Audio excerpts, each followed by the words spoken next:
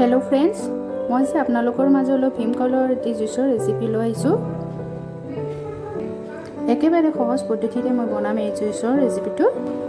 एटु भीमकल হয়। First time मैं भीमकলৰ बाकलिটো গুচাই লৈছোঁ। তাৰ পিছত ওপৰৰ ভাগখিনি মই ইয়াতে দি দিছোঁ। তাৰ গুটবিলাক পেলাই দিছোঁ। মই 3টা ভীমকল দিছিলোঁ। এতিয়া তাৰ আধা লিটাৰ গাখীৰ দি দিম।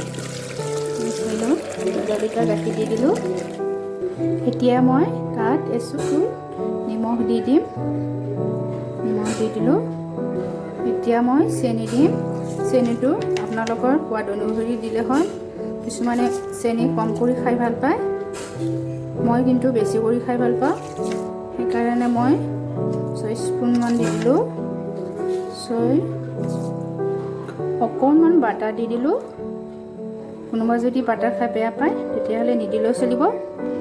এতিয়া মই খেজুৰ দুটি এনেকৈ সৰু সৰুকৈ পিচ কৰি কাটি দি দিলোঁ। দুটা খেজুৰ দিয়া হৈ গ'ল। পাঁচটামান মই কাজু দি দিলোঁ। এইটো কনডেন্স মিল্ক হয়। এইটো অকণমান দি দিম মই ইয়াতে দি দিলোঁ ভাল টেষ্ট আহিবৰ বাবে। লাষ্টত মই কনডেন্স মিল্ক দি দিলোঁ। মিক্সাৰ জাৰত মই বহুৱাই দিছোঁ।